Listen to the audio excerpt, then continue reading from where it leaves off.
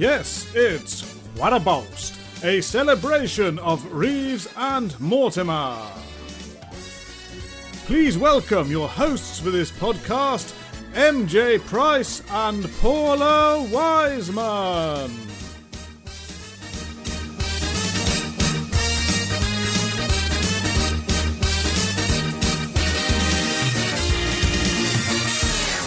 Hello and welcome to Quite a Boast, a podcast dedicated to the work and genius of Vic Reeves and Bob Mortimer. My name is Matt Price, founder of the Reeves and Mortimer Depository of Curious Stuff Facebook group. And I am Paula Wiseman, founder and creator of the Divine Comedians podcast. Well, what can I say about our very special guest today? He's been a comedian, an actor, a writer. He's been a presenter, a pop star, a bird watcher, and he's always been an artist. He's been one half of the greatest comedy partnership of our age. He's been Vic Reeves. Please enter the Novelty Island paddock, Jim Moir. Hey! Hey, Jim. Here I am at long last. We got you. Yeah, eventually. We need like a Steve Wright style posse to be whooping. Yeah. Yeah. Well, you've done it like. So you're kind of famous for starting work. You've kind of said that you start work quite early. You start painting quite early in the morning. I don't sleep a lot. I woke up at 3:15 today. Oh I did God. go back to sleep for a little bit, but yeah, I usually get up about 5:30. Yeah, Wow. but that's what I like it. Then that's when I'm most alive. Have you done much? Have you done anything today? No, not today. I've been waiting to talk to you. So if I start something, I'd have to break Yeah, off. true. So I hung about, been reading a book. Feel free to doodle if you mind wanted, Jim. I'm always doodling, yeah, constantly.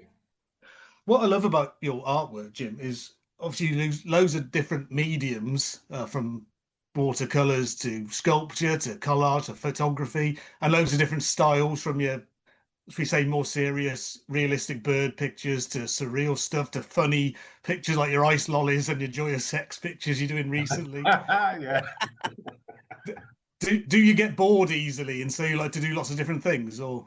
Well, maybe this, I don't really analyze myself that deeply, but it depends what mood I'm in. So if I'm in a particular mood, but I'm always drawing and making little pieces of art. So it might be, the joy of sex thing that you just mentioned. We were talking about the book, and I said, remember that, and a lot of people do, but I thought I'd make it more disturbed than it was in the first place. Yeah, It was all very it takes 70s, some analysing, wasn't it? work Yeah. out what's what. But it's my artwork changes from. I've got a long list. I just take notes all the time, and I've got a long list of things that I need to be getting on with. So I just had 3 shows around the country. I had one in Liverpool, one in Dartmouth, and one in Harrogate, and they did very well. So the one in Dartmouth, for instance, was at a food festival. So I just painted loads of pictures of food, which started off as me drawing a Bakewell tart on a train. And I thought, I like the look of that. I'll do some more of those. That's how it happens. But where do you get your inspiration from? How do you decide what you're gonna paint, what you're gonna draw? Is it literally just whatever you feel like? It's what I see in real life. It's whatever. Like I don't know. It's just ideas, and it's like how the Big Night Out started out. It was the Big Night Out started out as what I was running sort of in the 80s, was running clubs, and it was the same sort of thing. It's where do those ideas come from? Because I started off doing just sort of like cabaret things with circus acts in. It's like I get a snake charmer in and people like that, and then I had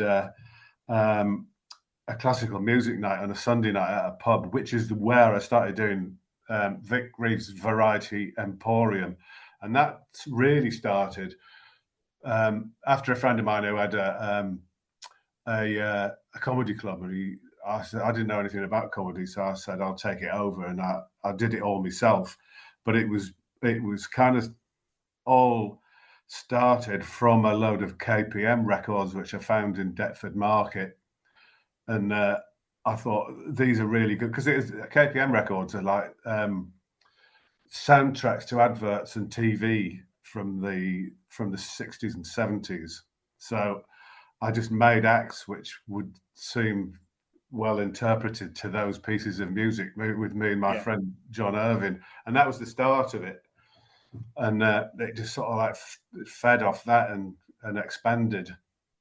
Yeah, because the Man with the Stick, Judge Nutmeg, all had their own theme tunes. Was there literally somebody backstage with the vinyl record and the needle, or did you have them all on tape back then? I think, well, we used to transfer it onto cassette, and well, John used to do all that. That's what it was all about, really. So he would transfer them onto tape and then have them queued, ready to go on different tapes, different theme tunes for different. So if the Man with the Stick came on, he'd put that tape in. It was which was quite liable in those days to go wrong, because now it would all be on a stick now, wouldn't it? Yeah, digital. But, yeah. In those days, it was fairly analog and manual.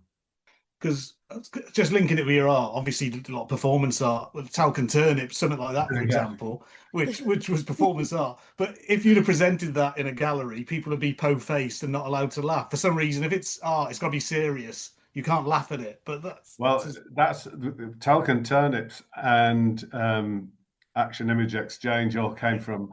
I was hanging around at Laban at Goldsmiths and watching the performance artists doing their thing, which would be, and you'd have to sit there silently as someone approached a cabbage and jumped over it, and then have a round of applause. So that was where the influence for that came from. So everything is influenced, but in some indirect way, because like when I started doing Vic Reeves, who was originally Craig Wildfowl, and then I changed the name to Vic Reeves, but it was that was sort of interpreting current television in various ways. If there was a bit of magic on, I just get a nice bit of magic, and it really enhanced the performance, which was invariably shit. So what year did you arrive in London? Was it late 70s? Yeah, 1979. I came to Brixton with there was 5 of us, and we came to Brixton, and then started working and living in London and going out to gigs every night usually. Dragnet era, wasn't it? 79, something like that. Yeah, it was. Yeah. I used to share a bedroom with Jack Dent. He was on not in the same bed. He was at one side of the room and I was at the other, and in the middle was a radio, and we used to fall asleep listening to John Peel. Memories of living in Brixton in 1979. That and the and reggae everywhere, because there was a big thing about everyone loved reggae then, and our landlady downstairs had she ran the Brixton sound system, and she used to have people over afterwards. So we were like little boys looking over the banister, and there'd be like Gregory Isaacs and Dennis Brown downstairs in the front room. But there was the same sort of era when in Soho, the alternative comedy gang was starting up, 79, Lexi Sale and Paulie Melville. But you weren't interested in the comedy world at all at that point. It was more music. No, if anything, I'd be the absolute opposite to, it was an antidote to that. I didn't really know anything about comedy, and but when I did, I thought, well, this isn't very funny. I'm going to do some stuff that I think is funny, and I didn't really care whether anyone else thought it was funny or not, but they did. So that was a bonus. I guess that's how it all starts, though, isn't it? You want to kind of do what you want to do. If you're not finding what's funny, you want to try and inject your own humor and try what you think is funny. Yeah, I suppose it was like what I was doing when I was at school. I was one of the outsiders, so there was a little gang of maybe 3 of us who would make each other laugh in a way that perhaps other people wouldn't find funny at all. Yeah. There was a lot of knocking when I was a kid. There was a lot of knocking on doors and asking if the Alsatians were still for sale. And then when they said we haven't got any Alsatians, I said you have. I've seen the notice in the post office, and I want them all. But and I remember thinking when I was a kid, I can't wait until I'm 40 when I can do this and people will actually take me seriously. And lo and behold. Yeah, it happened. Because yes, going back to when the Big Night Out first started, so there was a bit of a gang of you. There was you and John, as you say, and Fred Aylward and Alan King, etc. When you were doing those shows, how organized? Because it's a big setup, a lot of props, a lot of costumes, a lot of character changes. Did you actually literally sit down and script them, or was it? It was Rough idea. scripted in the loosest way, because I think if I was analysed, an analyst would say, you like making life very difficult for yourself, don't you? So I said, well, let's have a different show every week, because I still have something about I can't do the same thing twice, because it feels like I'm cheating someone. Because of it. Oh, I've heard this before. I think people would probably really like it if you do things twice, which we eventually ended up doing when we went on tour. But I still felt, oh, we have to try and slip things in that are new that no one else is, to make it unique for someone. So I decided to do a different show every week and make all the props. So it was loosely scripted on pieces of paper. Fool's Cap, it was called then. and I'd just have it on a lectern in front of me. And one of the earliest things I remember doing when I started doing it, I started off at oh god, I can't remember what it's called. The place, Winston's, was it? Winston's Bar, yeah. And so I had a lectern with pieces of paper on it and would read out things like there was a thing on the radio, I think it was Radio 1 with Alan Bates, and it was your tune or something. Alan Freeman, was it?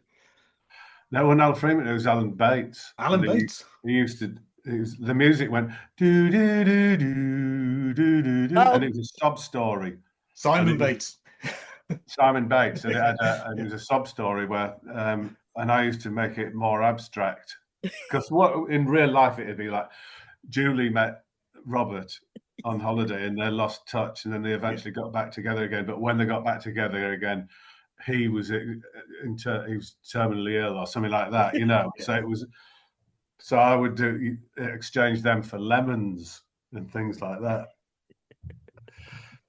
So I used to do that, right? And so there was a lot of reading off pieces of paper at a lectern in the very early days, and then the props started creeping in, and I started making them in the kitchen.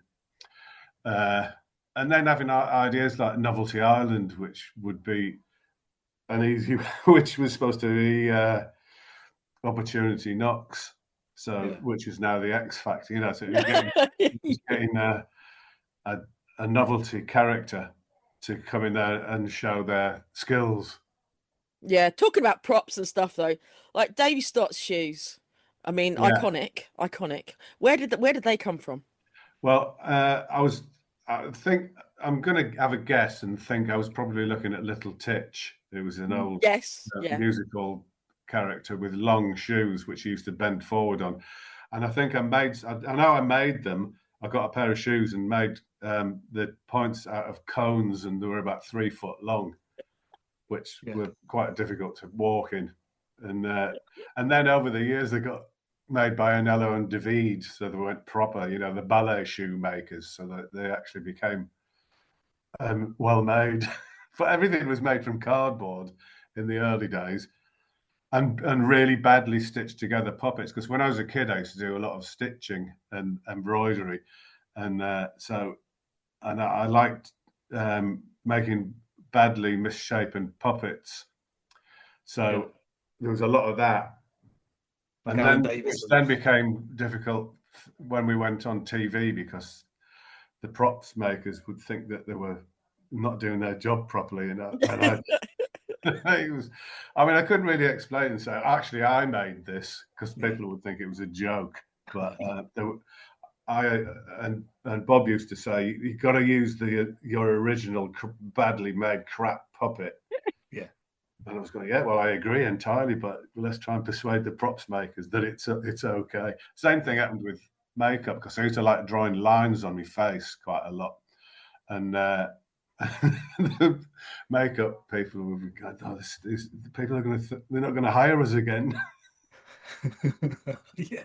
It's a career on the line. Yeah. Really, like Morrissey, the consumer monkey, even just looked so Yeah. Surreal. Yeah. I mean, I don't even know what that was. We were Morrissey fans and consumer fans. So there was just a connection of those. Didn't really mean anything at all. A lot of things don't mean a thing, and people are always looking for a reason. Put meaning to things. Yeah. Yeah. But Peter Brook Turner has recently put on YouTube a whole VHS recording he's had digitized. I think it's the last ever big night out with the Albany Empire, like April '89. Really? It's Has he got that? Yeah, it's on. He's put it online. I'll send you the link. It's like 2 Well, I hours know long. him, and he lives quite nearby now. After years and years of not seeing each other, he now lives quite near. So I'll have to go around to his house and check it out. Maybe we'll He's go on watch it it as on the VHS on his on yeah. his 6-inch television. Yeah. How do you feel about watching yourself from those days? Are you one of these people that can't watch yourself, or are you I quite never happy have. seeing I've you? never wanted to watch myself. No, I find it quite dreary. So I don't bother. No, but I might watch that. I might watch the big night out. I think if I did, I'd probably have a drink before I did it. 'Cause Yeah. in absolute sobriety, it might be a bit cringy. Were you in absolute sobriety when you presented it? We were we used to have, in those days when we did the big night out, let's say at the Albany or at the Goldsmiths Tavern, we'd have 3 tins of very weak lager. That was our limit. So what we did. So now there was we were quite sober. Although I did once think it was quite cool to have a flask of gin in my inside pocket. Well, I put gin and tonic in. It was only tiny. It was probably a shot's worth, but it expanded, and I grew one breast throughout the course of the show. It's amazing the amount of people we've talked to from various points in your career who have said, yeah, when Jim and Bob turned up, Bob always had a carrier bag with very weak lager in it, just to take the edge off. Yeah, he did. He was. Well, we both did. We were both in an endless search for weak lager because it was at that time it was becoming strong and we didn't want it. Weak lager was our staple diet. When Bob arrived on the scene, did you think this guy is sort of, I know you had a big gang of you already, this guy's sort of on the same wavelength, we could do some more as a partnership here, or did that just develop naturally? Yeah, well, when he came to first, you probably know all this, but when he first came to see us, we were at the Goldsmiths Tavern, and we'd moved upstairs into an upstairs room for some reason because they were doing it up downstairs, I think. So I was doing Tappy Lappy, which was the sound of cutlery being dropped onto the kitchen floor, recorded by John. And John and me had pieces of wood sellotape to our feet, to make tap dancing sounds, but it was the cutlery that was really doing it, and 2 faces of Brian Ferry that are cut out of the front of the Face magazine, which was, those face masks you see everywhere now. The original ones were my ones of Brian Ferry, and you had to have the absolute perfect right face, and it always annoys me when I see those that they've got it slightly wrong, because they have to be the right face.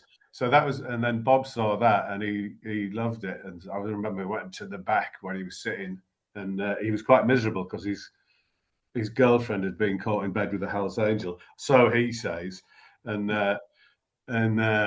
so we started chatting, and he said he was clearly the happiest he'd been for a long time. So I said, well, come on stage with us next. I said, it doesn't really matter. We're only here to entertain our friends. It was like a big party, really.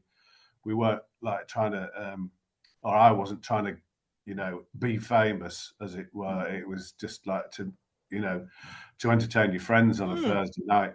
And so I said, you come on and award me grandly with a large check, which was, those big checks that people get delivered to people for all their good work in communities. It was one of those, but it was clear that I was going to pocket the lot. So he came. That was the first thing he did, and then after that, I found out that he was a solicitor, and he was in Southwark Crown Court. So him and Kingy came on. They did some Crown Court jokes, which were pretty bad, but legal jokes. And then after that, I said, "Well, just come on and do." And I think maybe after that, it probably evolved into Judge Nutmeg. And then we carried on, and I said, "Well, we obviously worked well together." So I said, "I'd do this character called Davy Stott and his dancing bot," which was basically me just with two. The reason why Davy Stott wears a kilt is because under the kilt was two half footballs, which I'd turned into a bot on strings on the sticks.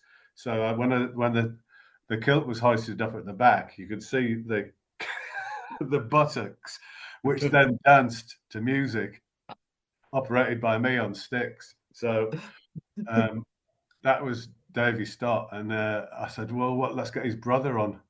And then that was really how we started doing the double act stuff, because we really hit it off doing that. So how did Bob's characters sort of evolve? Did he end up coming with characters? Did you suggest ideas to him? We used to meet up in a pub and just chat and I'd write things down, and I was, we must remember to do that. But when we started doing stuff together, I said, "Why don't we be a double act and we'll see what happens?" And we'd go and do things, and it was pretty much improvised. And we quite often confuse and dumbfound people who weren't in our clique and our group. And we got booed off. I think we thought we were quite good as a double act, but so we went and did something at Richmond, and there was a lot of rugby players there, and I think we lasted about 2 minutes, because Bob went. And I think I walked on with some yogurt and a spoon. I was eating yogurt, and he just come behind me with another spoon, going, "Come, give us some, give us some." And then we never got beyond that. And looking back on it, I think it's quite funny anyway. I think, I was just going, no. It was really like puerile. It was like two little, probably like 5-year-olds but we were men. Give us a bit of yogurt. And then they just started throwing things at us. Yeah, that reminds me a little bit of the Montreal, the comedy fest with the carpet. That's kind of reminding me of. Because they so we did the lucky carpet song, and I could see them all in the front row, and they were sitting there going, "That's too big," because it was the story was it was a lucky charm.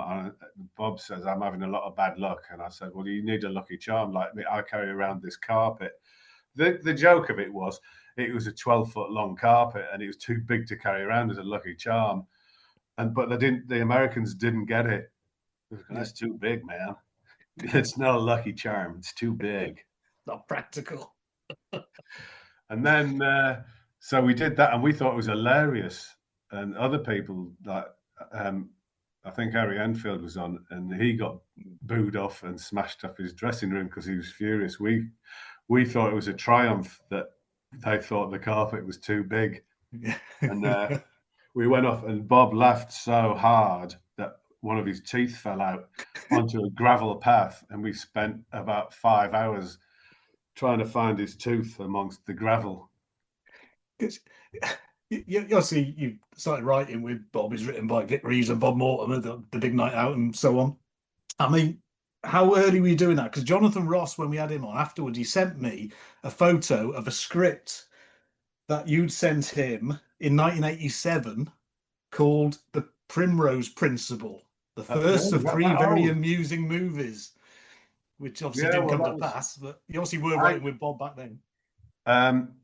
We started writing then. I don't think we did The Primrose Principle until the 90s. I don't know why you thought that was 1987, because that was us in an attempt to write The Weekenders, I think.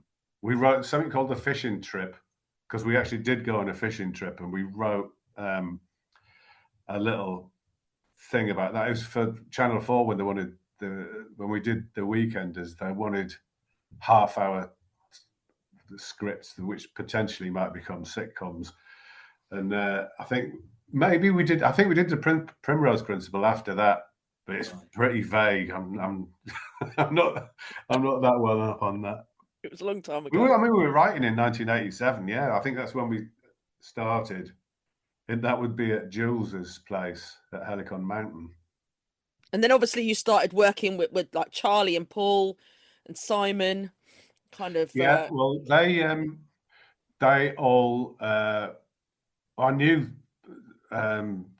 Charlie and Paul from years ago, from the 70s, and they wanted to get on stage. So they had in those days you had to get equity. So we'd put them in Novelty Island. We put a lot of people in Novelty Island to get equity cards.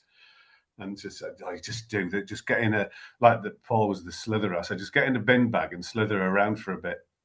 Yeah. And I'll just describe you. So yeah, and then we started getting them involved in more and more stuff. And then we went off. I remember we went off to Scotch Corner to do some. It was like a benefit thing for one of Bob's brothers, I think. And we took Simon Day up, and I said to him, Simon Day is not a very good name for your character. And I know he disagrees with this, but it is true. He was in the hotel room, and I wrote down 3 names and slid them under his door. And I said, whichever one you want, slide it back out, and that's what you're going to be introduced as. And one of them was Tommy Cockles. Oh, wow. That's a great name. But I think he thinks he came up with it, but memory distorts. Yeah.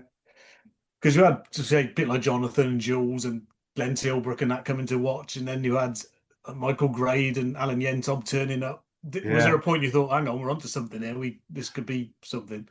Yeah, well, when we started doing the at the Albany Empire, doing the big night out, which they were about 3 hours long, one every week, and they're always different. And we used to get people, because there was no social media then. It was just phone calls, and we used to get people from Devon and Scotland turning up, and there was huge queues around the block to get in to see us, and we overstepped the capacity in there. I think the capacity was about 300, and we used to have about 400 people in there, and so when Michael Grade and Alan Yentob turned up on the front tables, I think we thought, we might be doing something here, and we got offered TV right there and then, and it was BBC 2 or Channel 4, and we ended up going with 4. And there's various stories about whether it was because Alan Yentob's dad got ill and he disappeared from the scene, but I'm not sure if that was the case. I think as far as I remember, I thought Channel 4 seemed more cool. It was a cooler place to be, and I think we probably had a bit more freedom. In fact, we had a lot of freedom in those days. It was so much freedom, because when we started doing it on TV, we would still keep it secret from the crew, and not let them know what we were going to do, because I wanted it to look like it was live, like it was at the Albany, and it was chaotic, and so we wouldn't tell people what we were going to do, and they'd have to find the cameramen who would have to find us if we were going to do something, and they hated all that. They used to have meetings about it and say, we've never dealt with anything like this before. It's outrageous. Yeah.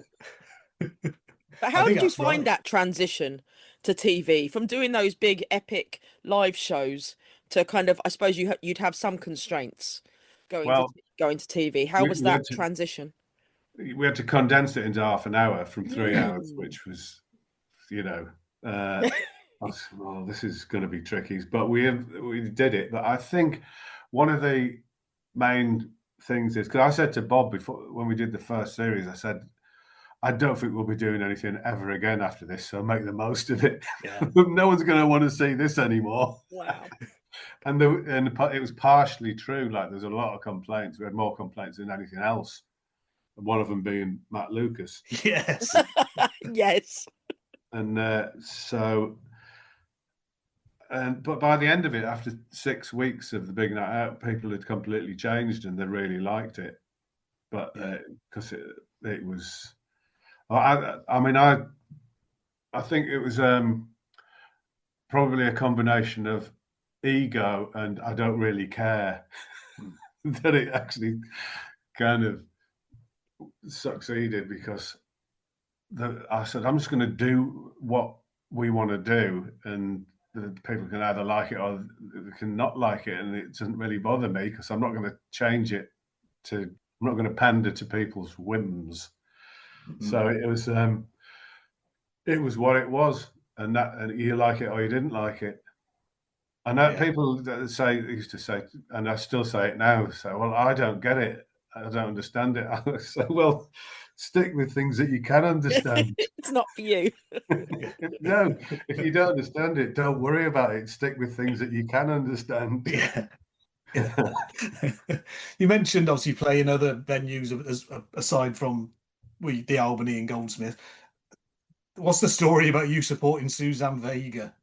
Oh yeah, well that was another one. That was Malcolm Hardy, who was my then agent, said, he said, well, I've got your gig. And I said, what is it? And he said, Suzanne Vega. And that was it. And just said, go to Regent's Park open air theatre and they'll put you on. So I took a load of props, and so they thought they were getting I would think a political stand-up, but they got me. And I'd also said to Bob and a load of other of my crew, bring along these bear costumes and various other things. And so we put on this, what would look like a pantomime. The little kids liked it and the adults were dumbfounded. They didn't have a clue what was going on. But before that, when I got there on my own, Suzanne Vega and her crew put me in a tool shed. That was my dressing room. And they had a great big, huge banqueting table full of food and drink. And so I came out of my tool shed and said to someone, I said, any chance I could get any of that? And he went, I don't know, I'll ask. And he came back with 1 tin of wheat beer and a sausage roll, I suspect, something like that. So I sat forlornly in amongst the spades and trowels and I ate me. But then I've found some old photographs recently. I had a puppet of Nick Cayman. I don't know what he was doing, because he used to get a lot of John and me used to do this thing. Do you remember seeing the crab I did, Ian Pearson, the crab? Well, it was kind of like that. So I would have a voice and I would have a conversation with it. So it was a kind of and it was a discussion with a voice that was pre-recorded, but the gaps were left in on the tape. So I had to be absolutely precise in my wording in between, otherwise it would go over the top. And sometimes when it did, it was even more funny because the voice had just suddenly come in halfway through me talking to it. And anyway, that was Nick Cayman. So I must have had a conversation with Nick Cayman about something. There was some people who looked like they were pregnant running around on the stage, and 2 bears. I was going to say, wasn't Bob dressed as a bear? I think he said. Yeah, well, I got these bear costumes, and I never really knew what to do with them. So I special occasion. Someone wander on with it on, and do something, which I can't remember what now. But I'd probably say I would come on and lay a lemon on a doily or something.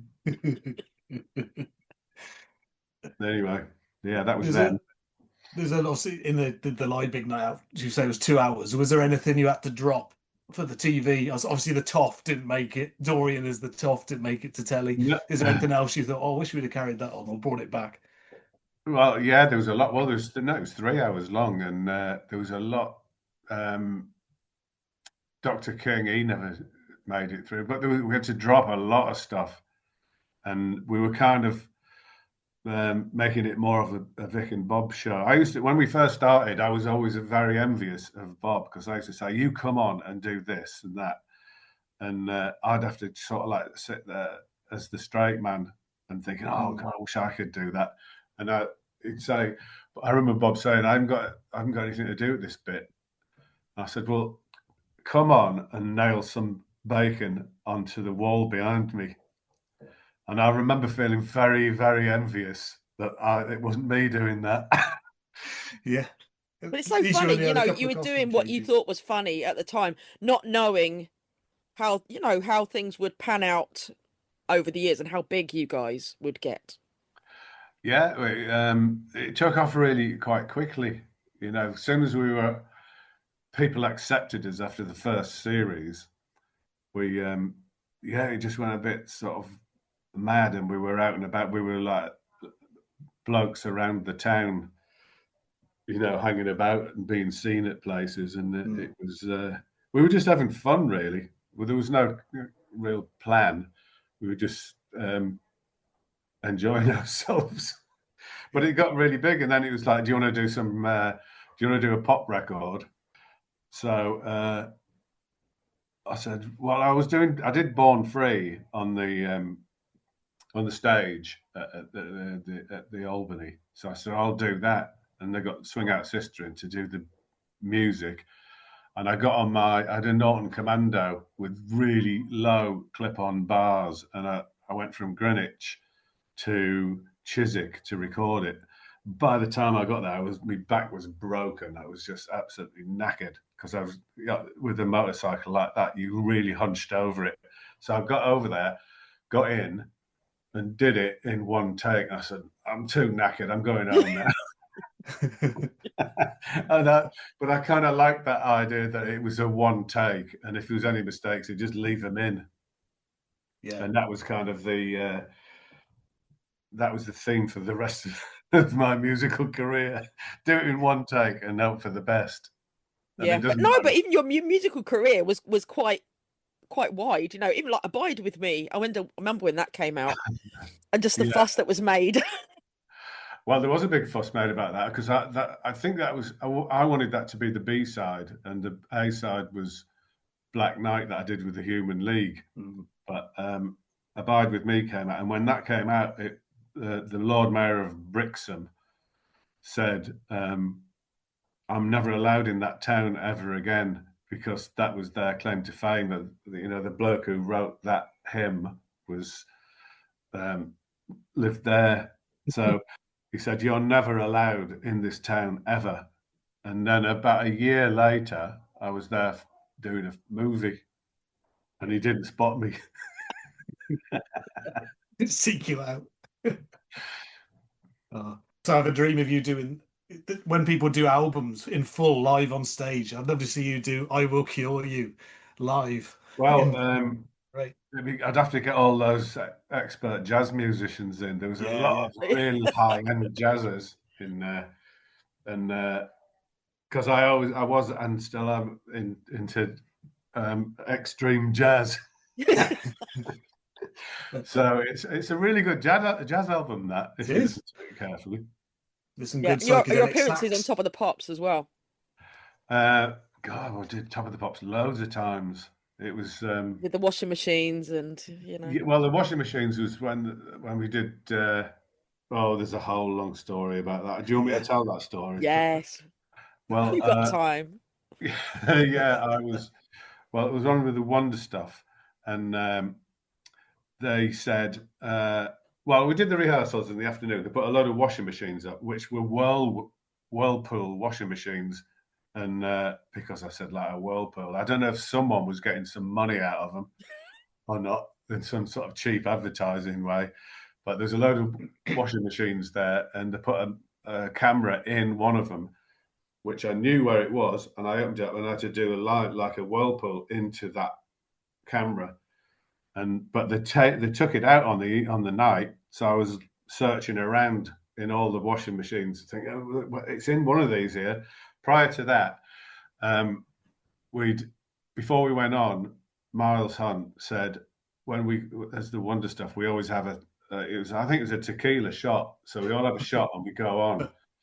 But then there was too much dry ice, and Mariah Carey complained, and we had to stop. And then so they wafted all the dry ice away, and then we did it. So we had another shot and went on, and there was still too much dry ice, so the wafter came back out. But I think this went on about 4, maybe 5 times, and we had 5 shots of tequila. So everyone on that was under the influence of tequila. And I think the bass player, Paul, I think he was holding his bass above his head and wasn't really playing it at all. And Bob was doing his scuttle along the floor of the stage. And I was searching around looking in the washing machines for the hidden camera. So yeah, that when I did Born Free, I had there was the 2 girls from Betty Boo, who were the backing singers. I had them on there. I don't think there's anything to do with me. I think they just turned up. They might have been on. I bet you they were on Top of the Pops because they were hanging out. And they probably just put them on as dressing. But I said I want a board with various pictures of birds on that I can point at, referencing Wild, I suppose. But then what they did do was drop a load of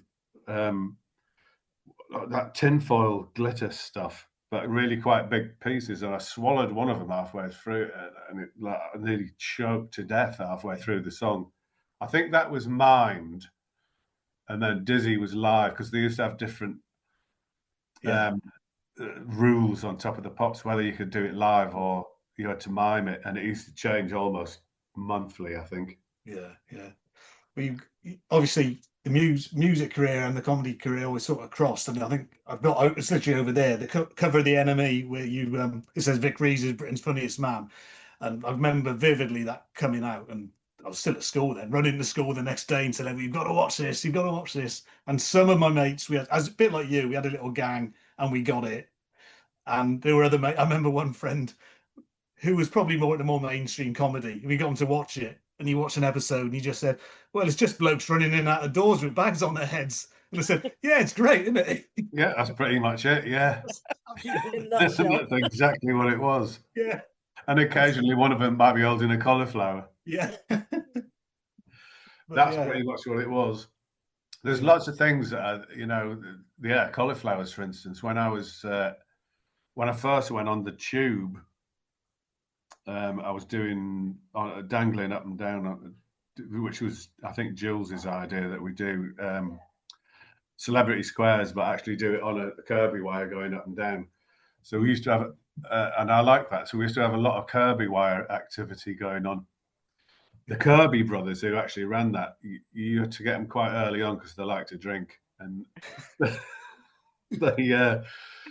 if you got them too late on, they couldn't operate the Kirby wire correctly. But that was great. That was good fun doing that. And then, but yeah, what I was going to say was, I did when I came back from the tube. I was on the tube, and then I went down to the Goldsmiths Tavern to do a show that night, and I got a newspaper from Newcastle, an evening newspaper, to prove that I'd done it, and it was like it was like Live Aid.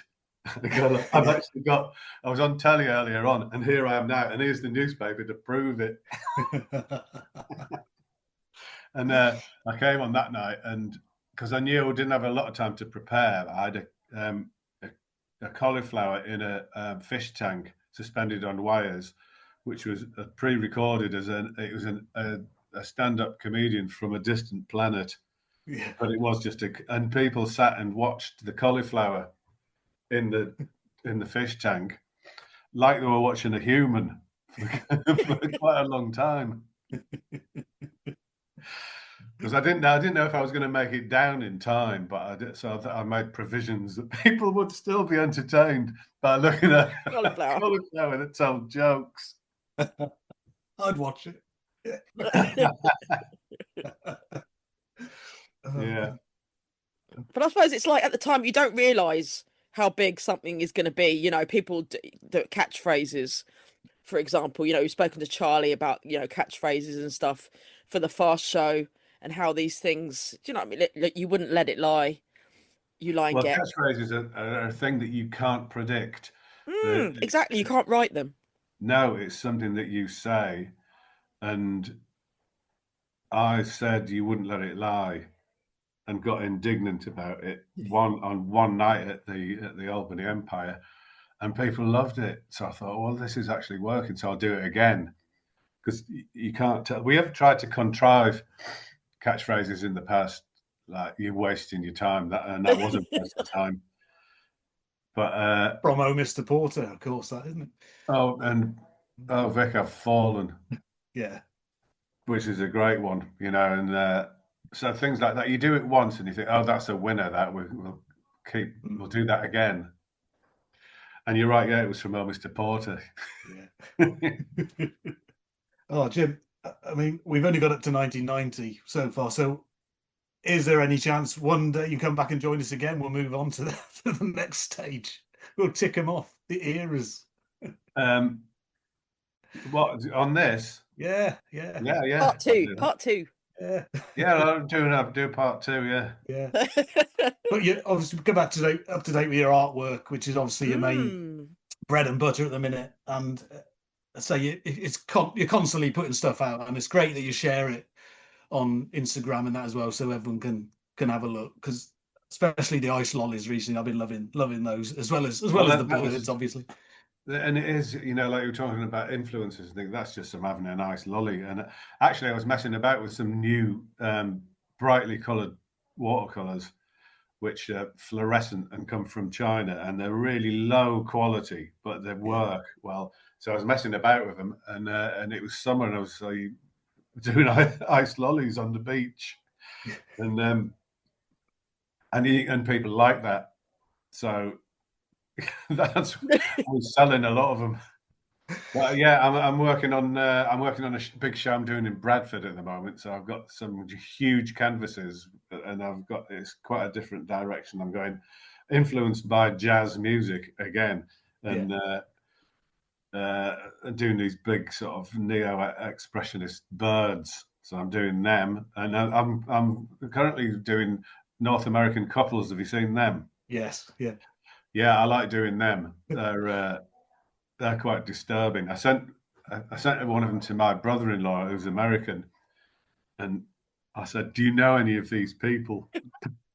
And he said, and he took it literally. He said, "Is one of them Bill Clinton?" I said, "No, they're not real." I said, "In your community, in your area, do you know anyone who looks like this?"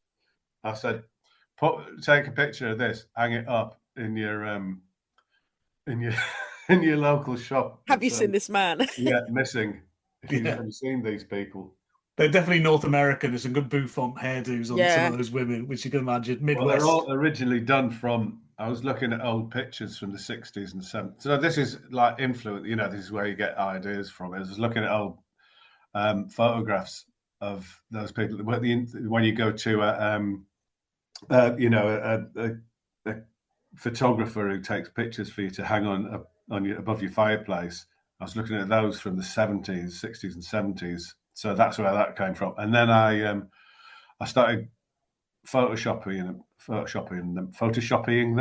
on my phone and messing them all up till they looked disturbing. There is quite a lot of disturbance in, if you look at what we've done, what I've done over the years. They're quite grotesque characters, so it's a carry on of those, you know, that stuff, you know, like the Stotts.